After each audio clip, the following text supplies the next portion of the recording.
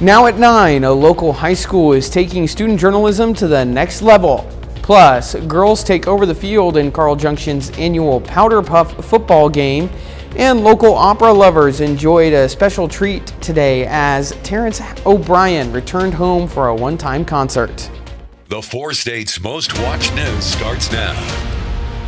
This is KOAM News at 9 on Fox 14. I'm Anthony Saviello. A local high school is bringing journalism to a different level. Wyandotte High School's yearbook class has started a new monthly newsletter for the school named Barely News. The students have had an opportunity to take photos at sports games, attend school events, and hone in their skills in journalism. I feel like it definitely does because before, I wouldn't put myself out there to do that, and I wouldn't have had the experience on my own, and so having a teacher to kind of help you and guide you with what to do and kind of be your support is really amazing. A new newsletter will be published every month featuring interviews with school staff, games, and other fun happenings around the school. Carl Junction's annual Powderpuff football game happened today at Carl Junction High School. Seniors took on juniors, sophomores faced freshmen, and matchups also included seniors against freshmen. All this trying to keep fans cheering on all afternoon.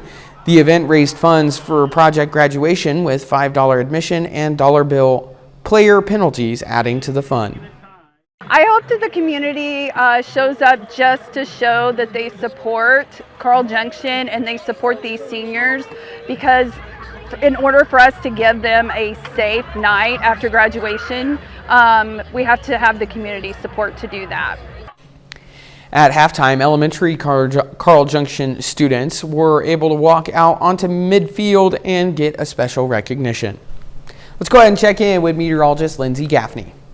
Temperatures today took a bit of a dip. Now we're still about 10 degrees above average, but we only got up to the upper 60s today with our low in the upper 40s. So overall, it's a bit of a cooler day for us. Now heading into the start of the week, Monday and Tuesday, we're going to be in the low to mid 70s. And then on Wednesday, we do cool down again because we have some rain chances approaching.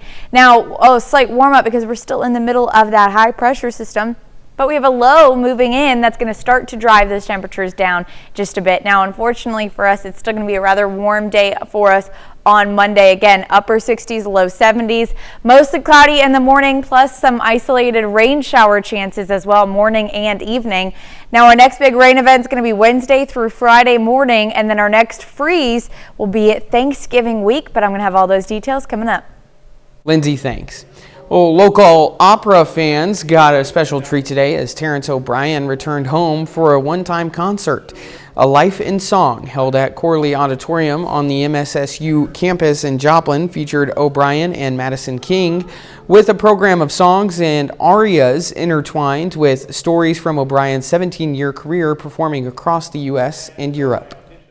I would like to thank the people that are here today, and for the people in the 4-state area that have been supportive of me and my career as a performer since I was in college at PSU. If you are interested, you can learn more about Heartland Theater's websites and the events that they're showing the rest of this year. Let's go ahead to still ahead on KOAM News at 9. The FDA is rolling back decades-old warning labels on hormone therapy. This week, the U.S. Food and Drug Administration announced that after 20 years, it's righting a medical wrong. In a pivotal move, agency officials said they are taking steps to remove the black box warning on many hormone treatments for women with menopause symptoms. Maribel Gonzalez joins us and has more on what experts say this could change the way we treat women's health. The FDA is standing with science and standing with women. In 2002, an outside panel of experts halted a large government-funded study called the Women's Health Initiative, citing concerns that the risks of taking a combination of estrogen and progesterone, such as a higher likelihood of certain cancers, outweighed the potential benefits to study participants. This prompted the FDA to order a black box warning on estrogen-containing therapies in 2003. Black box warnings on HRT products discourage doctors from prescribing and patients from inquiring about these products. Those fears shape decades of medical guidance, family decisions, and FDA policy. More than 2 decades later, the FDA is removing warning labels on many medications that could help women mitigate menopause symptoms. Women have endured sleepless nights, derailed careers, painful sex, broken bones, and a loss of well-being, all because the science was misread. Medical groups, including the American College of Obstetricians, have pushed for the removal of the warning label. There's no doubt that women will feel better from hot flashes, from night sweats, from sleep disturbances. But experts caution that not all hormone therapy carries the same risks. It's really important that patients have a conversation with their physician about their specific risks. This does not open up, the can so everyone should go out and run and get a hormone replacement therapy prescription. I'm Maribel Gonzalez reporting. Well, the Food and Drug Administration has named an agency veteran and oncology leader to head its largest division. In a Tuesday announcement, the FDA tapped Dr. Richard Padzer to lead the Center for Drug Evolution and Research. The agency branch oversees the safety and regulation of most prescription drugs and over-the-counter medicines. It also regulates products like antiperspirants, sunscreens, and fluoride toothpaste, and makes updated recommendations for drug labeling. Padzer came to the FDA in 1999 to lead the Division of Oncology Drug Products. In 2017, he became the founding director of the Oncology Center of Excellence, which aims to develop and regulate products for cancer patients. The previous head of the Center for Drug Evolution and Research abruptly resigned last week. The Washington State Health Department reported Friday that a resident has been hospitalized with bird flu. It's the first reported case of bird flu in a human in the U.S. in 9 months. Officials also say the patient is infected with a strain of the virus that hasn't been seen in humans before. It's unknown how the older patient caught the virus. Health leaders are contacting people who may have been in close contact with the man to check for symptoms. Lindsay is next with a full look at your forecast, and later, a small cider company turned national success story could face a major setback as a new federal rule threatens to outlaw the very THC drinks that made them a top brand. It was a bit of a cooler day. We did have still above average temperatures, but cooler than the last couple of days. Let's go ahead and take a look outside at downtown Joplin from the Cornell Arts and Entertainment Complex. Overall, it's a pretty mild night with temperatures dropping down to the low 50s tonight. Not too bad, but still well above average. Now, we've got a few clouds going through. We're not really seeing much going on for the rest of the evening tonight until we get into Monday morning. By Monday morning, 8 a.m., we could start to see a couple of these isolated shower chances. Temperatures warm up rather quickly, and the clouds start to clear by early to mid-afternoon while we warm up to the low 70s, about 71 in Joplin, Pittsburgh, 73 in Chautauqua. Looks like we're still going to continue to see those warmer temperatures for the next couple of days. Now, a few more shower chances by midnight, Monday night into Tuesday. Those quickly move out towards the Springfield area, and then we're just left with some partly cloudy skies for us by Tuesday morning. And these temperatures, low 60s, upper 50s, so a rather warm morning for us on Tuesday.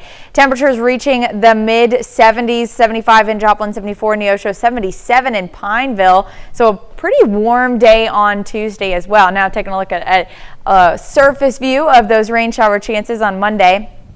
Again, 8 a.m. we have a couple of these spotty showers, mostly just drizzle before they move out to our east. Left with some cloudy skies, overcast until early afternoon when that all clears out. And then another round of those showers again moving along I-44 and then out towards Springfield by midnight on Tuesday morning or late Monday night. Our next chance of rain will be on Wednesday, mostly holding off till Wednesday evening now. We start to see some spotty showers picking up, but into Thursday morning, we have widespread rain chances and even some thunderstorms. So this continues to drive through the area. Very, very rainy for us on Thursday. We really don't get a break from the rain until Friday morning when this entire low continues to push out towards the east. We could see some showers wrapping around that low pressure system by Friday afternoon when that cold front finally passes. But really just going to see the change in temperatures into the weekend. Now, rain accumulation has started to even out, level out. So we're seeing about 1 inch to maybe 2.5 inches of rain. Some of us could see less, some of us could see more, but across the 4 states, that's the consensus. Now, as we move through the rest of the weekend, again, those temperatures finally drop when that cold front passes late Friday night. 54 on Saturday, 59 on Sunday. And that's normal. We should be in the upper 50s. So next weekend, we're going to be seasonable temperatures. Tuesday and Wednesday is right before Thanksgiving, and it's our next chance for a cold front and our next chance for a significant cool down.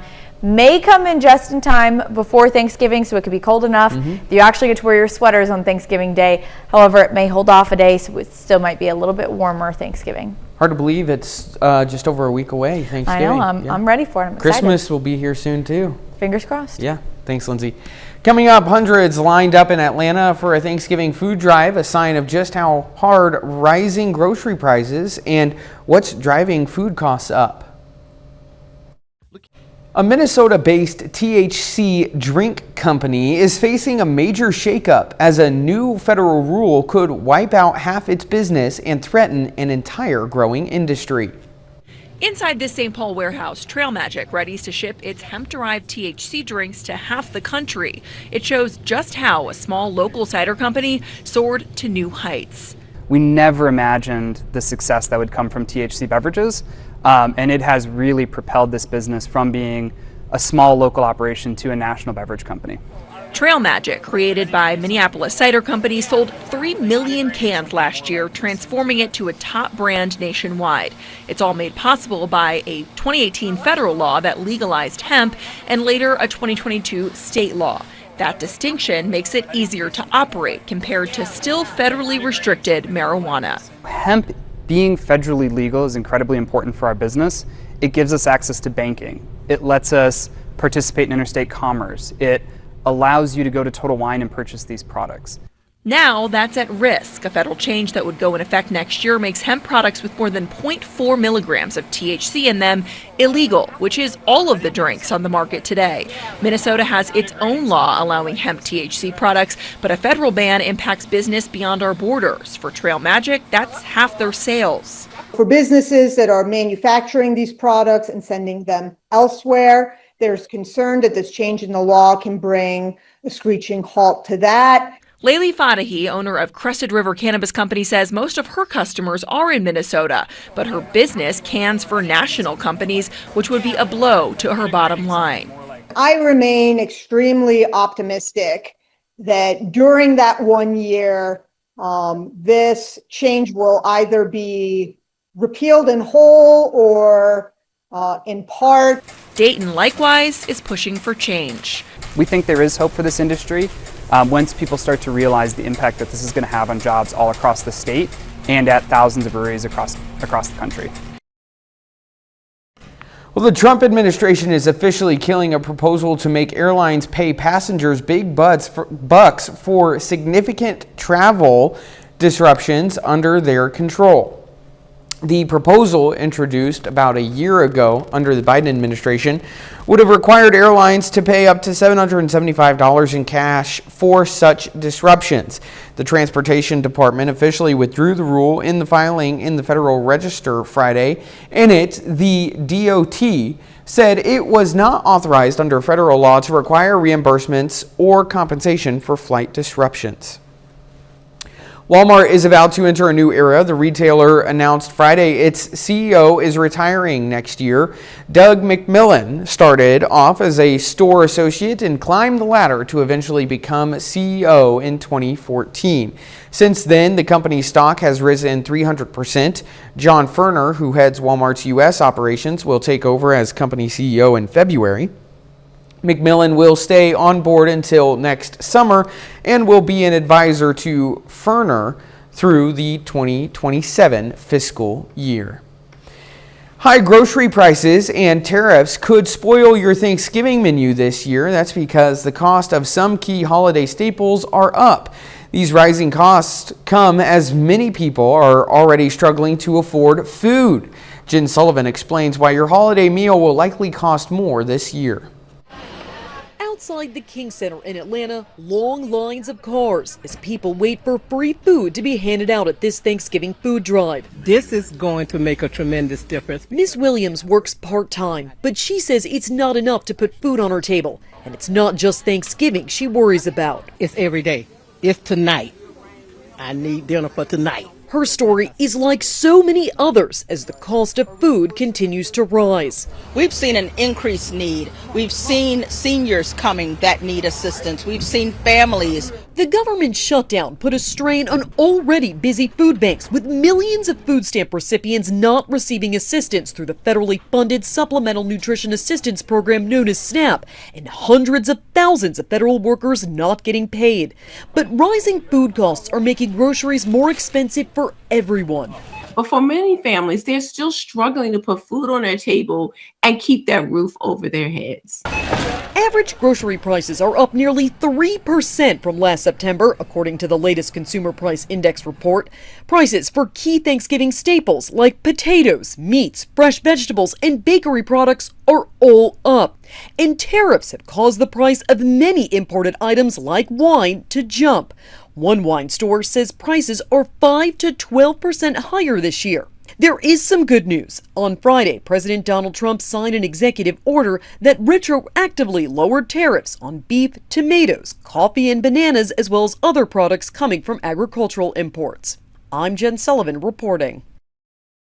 Up next, the AKC just released this year's most popular dog names, and some familiar favorites are back on top.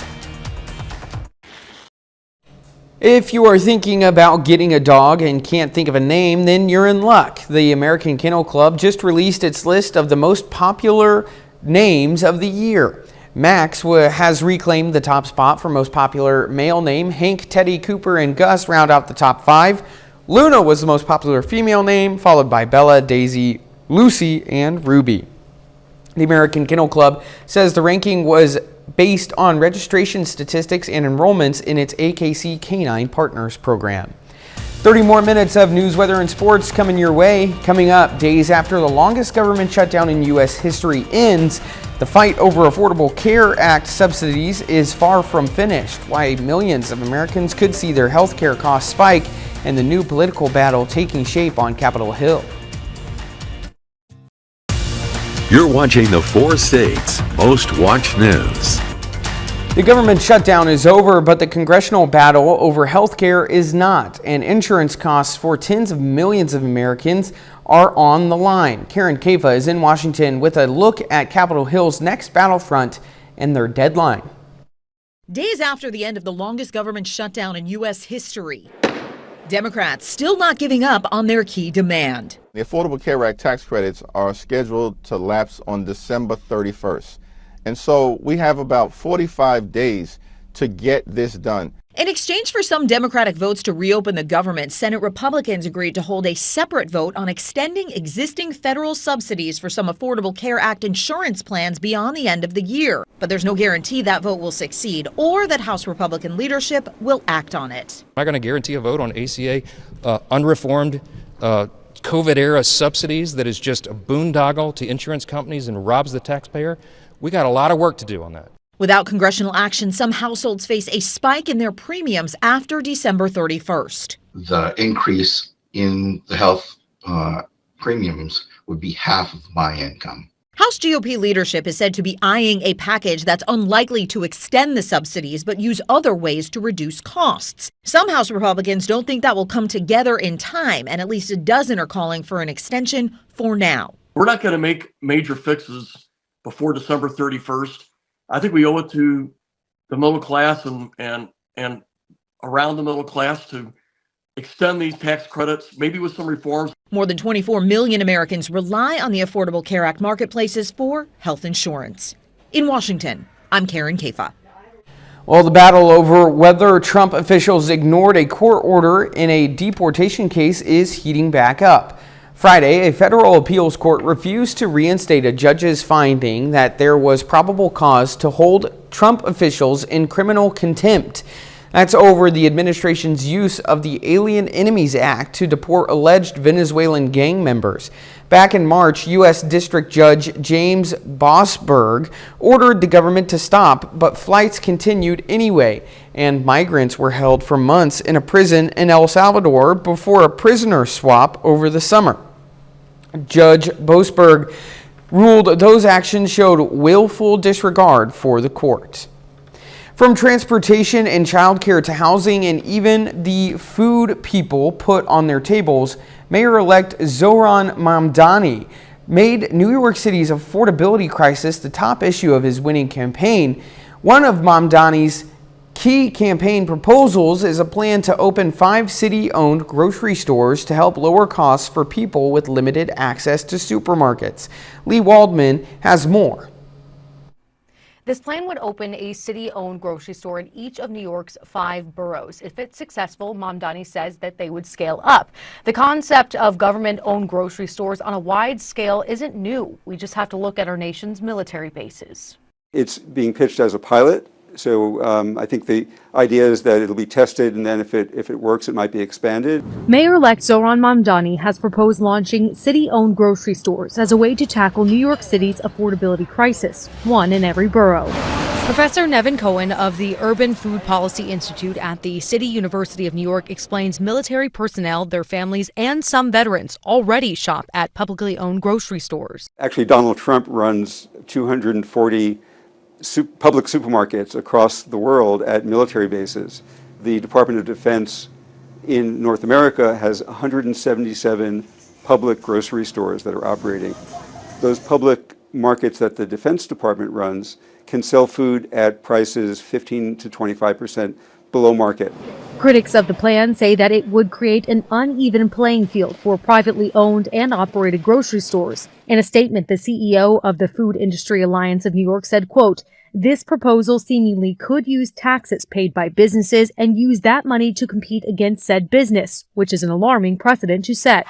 Cohen isn't moved and thinks Mamdani's plan could serve as a model for other cities. I think that's complete hyperbole. New York isn't the only city with a large percentage of its population food insecure and high costs of living, rent, childcare, transportation. And I think other cities will look to New York as a model. Mamdani hasn't released all of the details yet, but says his proposal would cost $60 million, knowing the stores would sell items at wholesale prices, centralized warehousing and distribution, and they would partner with local neighborhoods on products and sourcing. In New York, I'm Lee Waldman. A little later, it combines yarn and laughter. An all-night, 24-hour Knitathon turns a solo hobby into a community celebration. Still a warm day today, though we cooled down from the upper 70s yesterday. Now we can go ahead and take a look at downtown Joplin from the Cornell Arts and Entertainment Complex. Now, for the most part, tonight's going to be another mild night, mid-50s to low 50s, but we don't have much going on until early Monday morning. A few clouds start to roll in, and we could start the morning off again with a few isolated showers, and those push out of the area. We are still seeing a potential for some drizzle throughout the day, especially with overcast skies early in the day, but by the afternoon, most of the clouds do clear out. We do have another round of some showers and an isolated thunderstorm that then pushes out towards Springfield rather quickly. Heading into Tuesday morning, our temperatures are in the low 60s to upper 50s, so it's going to be another warm night and another warm day on Tuesday. We're actually warming up to the mid 70s. A few clouds, but overall not expecting any rain chances then until Wednesday evening. Now, as we push through Wednesday, here we are earlier in the afternoon, overcast skies, southerly winds. Those showers finally start to push in close to midnight, could be a little bit earlier, and then thunderstorm chances also kick off. Now, this thunderstorm chances are going to be mostly for Thursday, and then you can see we've just got widespread chances of rain all day on Thursday. Now we're at 9 p.m. so we've had rain all day, a couple of isolated thunderstorm chances, widespread heavy accumulation that all pushes north by about 7 a.m. on Friday, so we could still see some isolated showers lingering as we head through the morning. And then the backside of that low pressure system could bring a few more showers to us by Friday evening, but here we are, 8 p.m. winds finally starting to shift out of the north, which cools us down for the weekend. Then by Monday, we are in a bit of a high, so we do warm up to the upper 50s, low 60s Sunday, Monday, and that's heading into Thanksgiving week. Now, low 60s, upper 50s, that's average for us, but here we go. Our second low pressure system that's going to reinforce that cold air starts to move in on Tuesday or late Monday night, so we get some showers, and then this short wave spewing off of a low pressure system starts to move in. Now, because we're still over a week away, that short wave could just completely join with the upper level flow and with that low pressure system holding off our rain chances until Tuesday, Wednesday, and even into Thursday. Now, that could all shift this event about a day, so we could see most of this holding off, but we are still dealing with some scattered showers, scattered thunderstorms all the way through Wednesday, and then you can see those cold air mass just moving in right behind it, which will drop those temperatures following Thanksgiving down into the overnight lows, 20s, teens, and then the highs in the 40s again. So we do have rain chances Tuesday and Wednesday of next week, of the following week. That's going to be right before Thanksgiving. And again, we could see cold temperatures already by Thanksgiving, but because we're still about 11 days out now, that could all shift, and then we don't get cold temperatures until Black Friday. All right. Well, we'll have to keep an eye out for Absolutely. it. Thanks, Lindsay. Coming up, find out Pitt State's football's postseason opponent, plus the Kansas City Chiefs take on the division-leading Denver Broncos. Ben McLeish has those stories and more up next in sports. On Friday, a local track and field star signed his national letter of intent to continue his athletic career, and the state medalist is staying in the 4 states. Pittsburgh High's Isaiah Rosenberg stays in his hometown. He joins the reigning champions, Pitt State. And Rosenberg's reason for joining the Gorillas is a simple one. They win championships. I know Pitt State's the best. You know, we got national championships after year, and I want to be a part of that. You know, I want to be with the winners. The environment when I went on the tour or whatever was real well. The coaches had a lot of good things to say, and I could tell that they actually wanted me to be there. Pitt State football officially clinched a spot in the postseason yesterday with its win against Northwest Missouri. But today, the Gorillas find out their opponent in the playoff opener.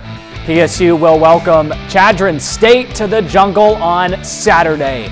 The Eagles went 8-3 this year, but lost to the only MIAA team they faced, Nebraska Kearney, in September, who the Gorillas beat. Kickoff from Kearney Smith Stadium is set for 1 p.m. Tonight, the Kansas City Chiefs play their biggest game of the year. They head to Mile High Stadium to take on the division-leading Denver Broncos. The Chiefs looking for their first road win since Week 3. Only 12 points scored in the first half, but the Chiefs are driving in the third quarter. Patrick Mahomes escapes the pocket, looks for the end zone, but his throw is picked off by Jaquan McMillan.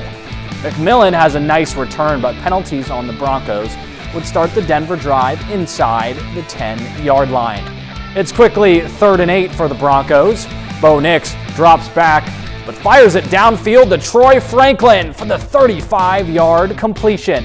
Now inside the Chiefs' 10, Nix hands it off to Jaleel McLaughlin, who gets stuffed at the goal line, but the pile is going to push him in for the score as Denver takes the 7-point lead. And now the Chiefs need 7 yards on 3rd down to keep their drive alive. Mahomes is looking downfield. Tyquan Thornton makes the grab and gets back up on his feet for the extra yardage into the red zone. A few plays later, Kareem Hunt finishes off the drive with the game-tying touchdown. Denver would take back the lead on a field goal, but Mahomes says not so fast. He's got his favorite target down the middle. Travis Kelce breaks a tackle and takes it all the way for the score. A missed extra point would put Kansas City up by 3, though. And the Broncos tie it up, but in the final minute, they look for more. They look to finish in regulation. Nix takes a chance downfield. It's Franklin. Well within field goal range, Denver sets up for the game-winning field goal attempt. Last year, the Chiefs blocked a potential walk-off kick against the Broncos, but this year, the Broncos get their revenge. Will Lutz nails the kick as Denver takes a 3.5 game lead over the Chiefs in the division, dropping Kansas City to the 9 seed in the AFC. Called it. I don't know. I'm very impressed with the Broncos. I'm very happy with the Broncos and what they've done. I'm not a Broncos fan by any means, but our audience knows because I'm not very quiet about it. I'm not a Chiefs fan either, and it's time for the Chiefs to be back where they belong, and that's down on the lower totem pole. That's I'm probably going to get a little flack for that, but... Well, I will say it's been really impressive what the Broncos have been able to do. Sure. Sean Payton in his 3rd year, Bo Nix only in his 2nd. 9-2 record, that's tied for best in the entire league, and they have wins over the Eagles, wins over the Chiefs. So it's been an incredible season.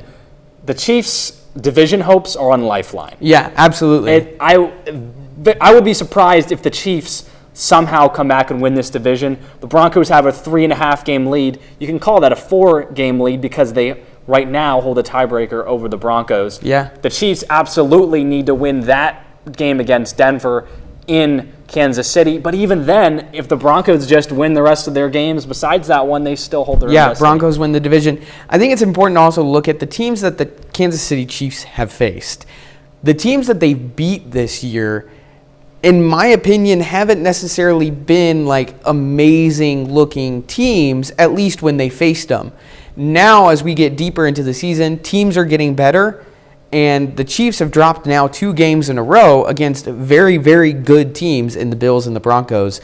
So as we get into the postseason, is this a reflection of what we'll see in the postseason? The Chiefs are known to get better as the season goes on, but even if they get to the postseason, can they maintain what they're doing? Yeah, you make a good point. Their wins so far this season, they have 5. 1 against the Ravens, who have really struggled this year. That's probably their best win, though. Yeah. Because they have a win over the 2-win Giants, a win over the Raiders, who have been a mess. Yeah. A win over, who else they got a win over? I think they beat Detroit, but that was very early in the season. That was probably their signature win. But yes, most of their wins have been against lesser opponents. When they took on the Eagles, when they took on the Chargers, when they took on the Broncos, none of those games went their way, and we're used to those games going their way, so they're going to have to figure it out soon. Absolutely. We'll be right back.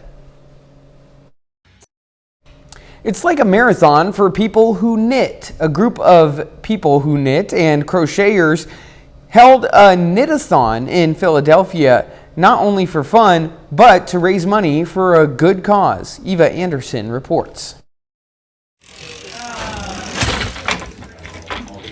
The sounds of crafting blended with conversation kicked off the Knitathon, transforming what's often a solitary pastime into a community celebration. This is my first time knitting in a community, actually, and it honestly feels great. Mahnur Bakhtiar has crocheted since her teens, even making the sweater she's wearing. It turned out pretty good. I'm like, I can wear this outside. Oh, yeah. But for 10-year-old Kennedy Austin, this was a chance to try something brand new. You get to learn something and get to work on it and get to improve. And you can might even sell stuff and donate stuff like this to other people that need this. And for anyone starting their first stitch, there was plenty of hands-on help. We take the point of the needle, go into one of the stitches. Kendall Ball came looking for a new physical outlet after an injury. I know that I'm physically not able to do a lot of the things that I used to. He says this space feels like therapy, which organizers say is exactly the mission. The free event sold raffle tickets, even auctioning off this floor loom to support a charity that uses crafting to promote both mental and physical well-being. We believe in providing people with a free, safe space to